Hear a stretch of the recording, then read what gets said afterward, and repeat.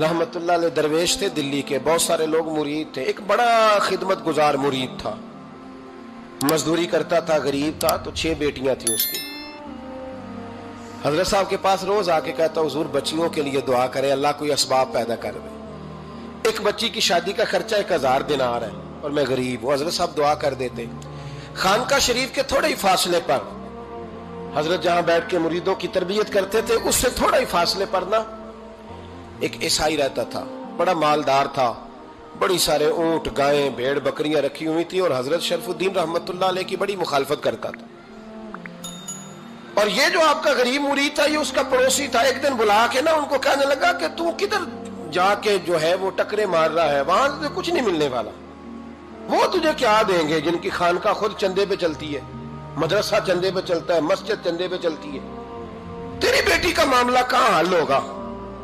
تو اس درویش نے کہا کہ تو میرے پیر کو نہیں جانتا، تو مجھے میرا محبوب نہیں ڈٹھا، تو پتہ نہیں نا، تو اس رستے کا مسافر نہیں، تو نہیں جانتا، ان کا بس چلے نا تو وہ ہر قیمت میں میری بیٹیوں کی شادی کرا دیں۔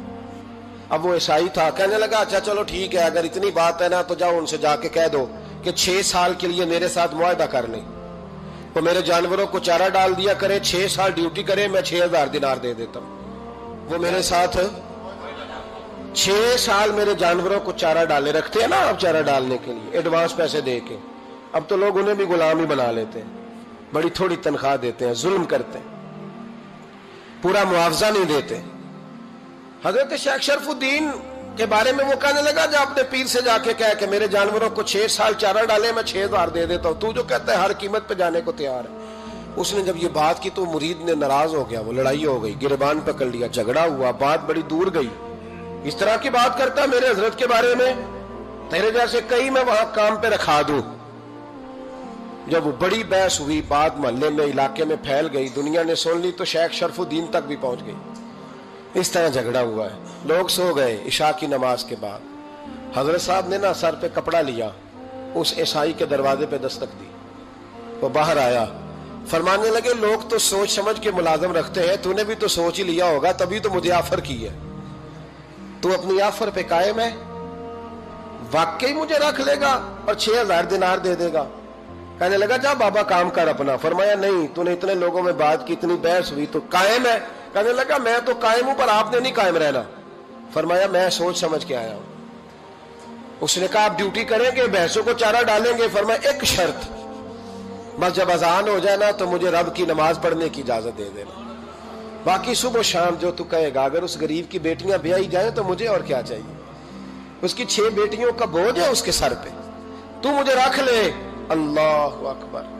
وہ کہنے لگا چلے پہ میرے ساتھ خط بندگی کر لیں، آج کل ہم اسٹام کرتے ہیں، اس زمانے میں خط بندگی ہوتا تھا، غلامی کا خط، قاضی شہر کے پاس، یعنی اس کا خیال تھا کہ چلو اسٹام کی بات کروں گا تو بھاگ جائیں گے۔ فرمایا چل میں تیار ہوں۔ قاضی تک گئے، طے ہو گیا، 6000 دینار دے دیے۔ حضرت نے مرید کو بلایا، فرمایا پتر یہ لے جا، جا میری بیٹیوں کو روانہ کر دے۔ کہنے لگا حضور یہ کیا کر رہے ہو آپ، کچھ سوچیں۔ فرمایا یار جب تجھے بیٹا بنا لیا تو پھر میری پوتیاں تو لگتی ہیں نا، میرا حق تو بنتا ہے نا، جا جا کے ڈیوٹی کر، ان کو بیاہ دے۔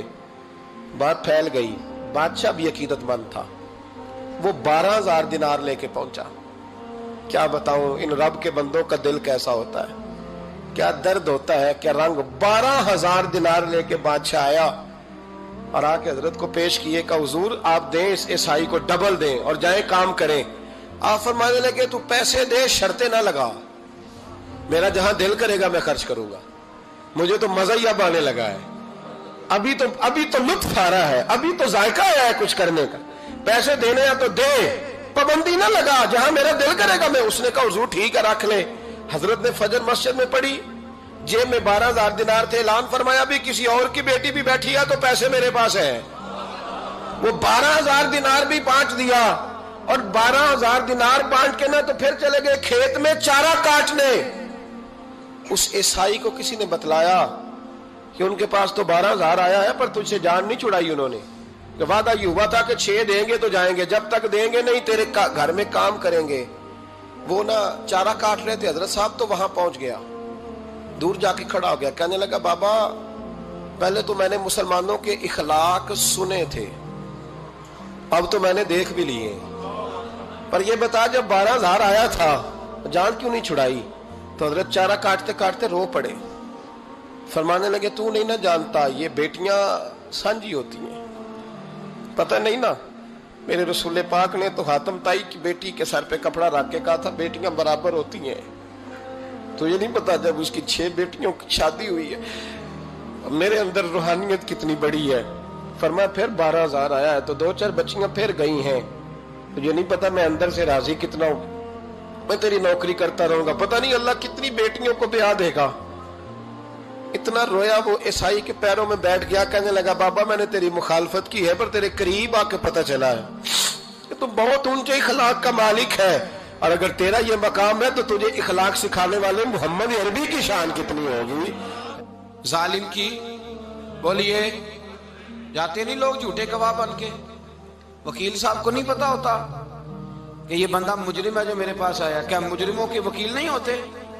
بولے تو اس کو پتہ نہیں ہوتا وکیل صاحب کو کہ یہ صاحب مجرم ہے، میرے پاس مقدمہ لے کے آئے، اور اگر بے ادبی نہ ہو جائے تو میرا خیال ہے قاضی عدالت کو بھی پتا ہوتا ہے کہ مجرم کون ہے اور مظلوم۔ میرے نبی پاک صلی اللہ علیہ وسلم نے اس قدر زیادہ سختی فرمائی اس مسئلے میں، فرمایا جس کو پتا تھا کہ فلاں آدمی ظالم ہے، ظلم کر رہا، پھر وہ ظالم کا گواہ بنا یا اس نے ظالم کی مدد کی، کتنی کی؟ شارحین لکھتے ہیں چاہے اس نے ایک جملہ بول کے کی، چاہے ایک، سارے بولیے، چاہے ایک غریب کو اس نے ظلم کیا تو کہتے ہیں علاج یہ سی، چاہے ایک جملہ بول کے کی، شارحین اس حدیث کی شرح میں لکھتے ہیں ایک جملہ بول کے چاہے مدد کی، جس بندے نے کسی ظالم کی مدد کی کسی مقدمے میں یا کسی صورت میں اور اسے پتا تھا یہ ظالم ہے، میرے نبی پاک صلی اللہ تعالیٰ علیہ وسلم فرماتے ہیں اگر اس نے مدد کی، ابھی ظالم کی بات نہیں ہو رہی، ظالم کے مددگار کی بات ہو رہی، اگر کسی نے ظالم کی مدد کی تو حضور فرماتے ہیں خدا بھی اس سے بری و ذمہ ہے، رسول بھی اس سے بری و ذمہ ہے۔ سنبھال کے رکھے اپنی نمازیں، قربانیاں، حج، زکوٰۃ سنبھال کے رکھے۔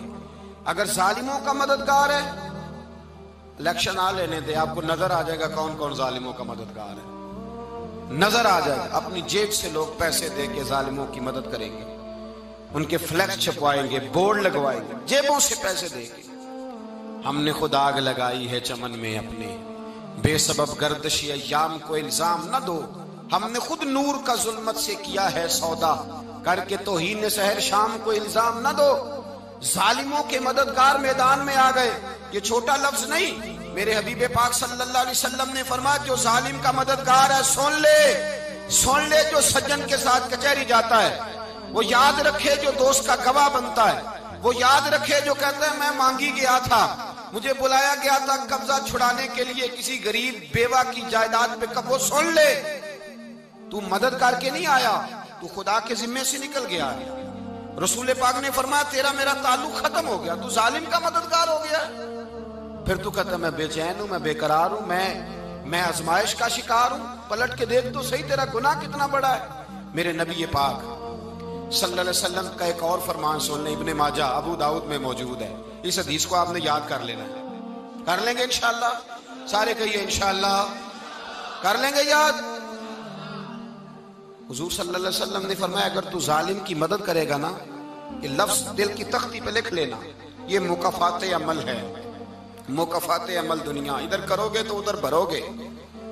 فرمایا اگر تو کسی ظالم کی مدد کرے گا، سن لے حضور کا فرمان ہے، اگر تو ابن ماجہ ابو داؤد سیاہ میں موجود ہے، فرمایا اگر تو کسی ظالم کی مدد کرے گا تو رب تعالیٰ مرنے سے پہلے پہلے تیرے اوپر بھی ظالم کو مسلط کر دے گا، تیرے اوپر بھی ایک دفعہ ظلم ضرور ہوگا اگر تو ظالم کی، وہ کسی صورت میں بھی ہو سکتا ہے، کسی صورت میں بھی، تیرا بیٹا ہی اٹھ کے ظلم کر دے گا، تو الجھ جائے گا، کسی نہ کسی جگہ تیرے لیے تباہی کا سامان ہوگا، تیرے اوپر ظلم ہوگا، اس لیے کہ تو ظالموں کا مددگار ہے۔ چاہیے یہ تھا کہ تو مظلوم کی مدد کرتا، انسانی ایمانی یقین کا فریضہ سر انجام دیتا، تو ظالموں کا مددگار ہو گیا۔ ٹٹول کے دیکھ لیں، رزلٹ نکال کے دیکھ لیں، ہمارے زمانے میں ظالموں کے مددگار زیادہ ہیں، اتنی لمبی زبانیں نکال کے ظالموں کی مدد کرتے ہیں، بڑے بڑے کالم نویس اللہ نے انہیں قدرت دی لکھنے کی، تو اپنا قلم ظالموں کی مدد میں خرچ کرتے ہیں۔ وہ لوگ جن کو اللہ تبارک و تعالیٰ نے قدرت دی، ہمت دی، طاقت دی، کچھ لوگ ان کے حلقہ احباب میں، وہ اپنے لوگوں کو استعمال کر کے ظالموں کی مدد کرتے ہیں، ظالموں کی مدد کرتے ہیں۔ میرے نبی کریم سید عالم نور مجسم صلی اللہ علیہ وسلم نے فرمایا اگر تو نے ظالم کی مدد کی تو جب تک تو توبہ نہیں کرے گا رب تجھ سے ناراض ہی رہے گا۔ اللہ تجھ سے، او بھائی جس سے رب بھی ناراض ہو گیا، نہ کھانا نہ پینا نہ سونا نہ جاگنا نہ نیند، پھر تیری ہر چیز تیرے لیے آزمائش ہو جائے گی، پھر تیرا سایہ بھی تیرے لیے خوف کا سامان بنے گا، پھر زندگی جیتی جاگتی لاش بن جائے گی، تو اپنے کندھوں پر اپنی میت اٹھائے پھرے گا جب تو ظالم کا مددگار ہوگا۔ اور نبی پاک صلی اللہ علیہ وسلم نے فرمایا ظالموں کا مددگار بھی ظالم ہوتا ہے، ظالموں کا مددگار بھی، سارے بولے ظالموں کا مددگار بھی نہیں، کو نہیں، آپ سارے نہیں بولے، ایک دفعہ بولے ظالموں کا مددگار بھی، پکی بات ہے، ظالموں کا مددگار بھی۔ اللہ اکبر، جس کا یارانہ ہو، جس کا دوستانہ ہو، جو کہے میں نے نا اس کو اوکھے ویلے کے لیے ظالم کو یاد رکھا ہوا ہے۔ کبھی مشکل میں رکھے نہیں ہوئے لوگوں نے ظالم دوست، کہتے میں نے رکھے ہوئے ہیں، بلکہ ہمارے دیہات میں تو کہتے ہیں میں نے بازو بنائے ہوئے ہیں۔ کس کو بازو بنا لیا؟ ظالم بھی کبھی بازو ہوتا ہے، جو ظلم کی تلوار لیے میدان میں کھڑا ہے۔ قارون، حامان، فرعون، نمرود کا حال نہیں لوگوں نے دیکھا؟ اپنے زمانے میں آپ نے کتنے لوگ نہیں دیکھے جن کے سائے سے، آواز سے لوگ کانپتے تھے؟ پھر پولیس کی گاڑیوں میں وہ اس طرح مردہ پڑے کہ دنیا نے تماشا دیکھا ان کا۔ یہ رنگ ہم نے دیکھے نہیں اپنے آنکھوں سے۔ فرمایا ظالم کا مددگار بھی، جو کار میں بٹھا کے لے کے گیا وہ بھی ظالم، جس نے چائے پلائی وہ بھی، جس شخص نے کھانا کھلایا وہ بھی، جو کچہری تک ساتھ گیا وہ بھی، جس نے فلیکس کے نیچے بڑے شرابی کے نیچے چھوٹی اپنی فوٹو لگائی وہ بھی، جو ووٹ کی پرچی ڈالنے گیا وہ بھی۔ کہہ دینا باہر نکل کے کہ حضرت صاحب نے سیاسی تقریر کی ہے، کہہ دینا، پر بات تو سچی ہے نا۔ خو کرے ہم تو سے تھوڑا سا گلا بھی سن لے، خو کرے ہم تو سے تھوڑا سا بھی گلا۔ امام مالک کے پاس ایک بندہ آیا، اس نے کہا حضور میں درزی ہوں، ایک ظالم بادشاہ مجھ سے کپڑے سلواتا ہے، میں تو ظالموں کا مددگار نہیں نا۔ ایک ظالم بادشاہ مجھ سے، حضور میں تو مددگار نہیں نا ظالموں کا، جو فرمایا ظالموں کا مددگار بھی ظالم ہوتا ہے، تو کپڑے لے کے آتا ہے میں سی کے دے دیتا ہوں، ذمہ داری نہیں۔ یہ ایک آدمی دکاندار ہے، اس سے کوئی بندہ چیز خریدنے آئے گا تو تھوڑی کہے گا میں نے نہیں دینی، تو دے گا۔ کوئی بندہ اگر کسی شخص سے کوئی کام کہتا ہے جو اس کی فیلڈ ہے، اس کا شعبہ ہے، اس کا معاش کا وہ سلسلہ ہے، کہتے ہیں یا رسول اللہ صلی اللہ علیہ وسلم ظالموں کا مددگار بھی ظالم، حضور نے فرما دیا۔ تو امام مالک سے بندے نے مسئلہ پوچھا، دل کی تختی پہ لکھنے والی باتیں ہیں، کہا حضور میں درزی ہوں، ظالم کپڑے سلواتے ہیں، میں تو مددگار نہیں نا۔ امام صاحب کہنے لگے نہیں، مددگار تو وہ ہوگا جو تجھے سوئی دھاگا فراہم کرے گا، تو پورے کپڑے سی کے دیتا ہے، تو خود بہت بڑا ظالم ہے، تو پورے سوٹ سی کے دیتا ہے، تو بہت بڑا ظالم خود ہے۔ مددگار تو وہ ہوگا جو تجھے دھاگا دے گا، جو تجھے بٹن دے گا، جو تجھے نلکی دے گا۔ جو ظالم سے اتنی نفرت ظلم کر کے بندہ ہے، یہاں تو ہمارے زمانے میں ہیرو بن جاتے ہیں لوگ، ظالم ہیرو ہے، لوگ اس سے ڈرتے پھرتے ہیں، گھومتے پھرتے ہیں، اور بہت سارے کم مزاج لوگ اس کے پیچھے ہاتھ باندھ کے پھرتے ہیں۔ ظالموں کی مدد کرنا، ظالموں کے ساتھ رہنا، یہ ظلم ہے، ظلم، یہ زیادتی ہے۔ میرے نبی پاک صلی اللہ تعالی علیہ وآلہ وسلم نے ارشاد فرمایا یاد رکھو، رب فرماتا ہے میں مظلوم کی مدد ضرور کروں گا، چاہے جلدی کروں چاہے دیر سے کروں، میں مظلوم کی مدد۔ اور حضور صلی اللہ علیہ وسلم نے فرمایا ہے، حضرت معاذ بن جبل کہتے ہیں حضور نے مجھے یمن کا گورنر بنایا، جب میں جانے لگا نا تو حضور نے بڑی نصیحتیں کی، بخاری میں موجود ہے، فرماتے ہیں جب میں پلٹنے لگا تو میرے رسول نے فرمایا معاذ ایک منٹ ٹھہر جا، ایک بات میری یاد رکھنا، اس کو نہ بھولنا۔ کہا حضور کیا؟ فرمایا دیکھنا کسی پہ ظلم نہ کر بیٹھنا، کہیں تجھ سے زیادتی نہ ہو جائے۔ محبوبہ پھر حضور نے فرمایا سن میرے معاذ، میں تجھے گورنر بنا رہا ہوں، زیادتی نہ کر بیٹھنا۔ یا رسول اللہ صلی اللہ علیہ وسلم کیا ہوتا ہے؟ تو میرے کریم نے فرمایا جب مظلوم دعا کے لیے ہاتھ اٹھاتا ہے تو عرش کا مالک کہتا ہے فرشتوں پیچھے ہٹ جاؤ، عرش کا مالک کہتا ہے فرشتوں پیچھے ہٹ جاؤ۔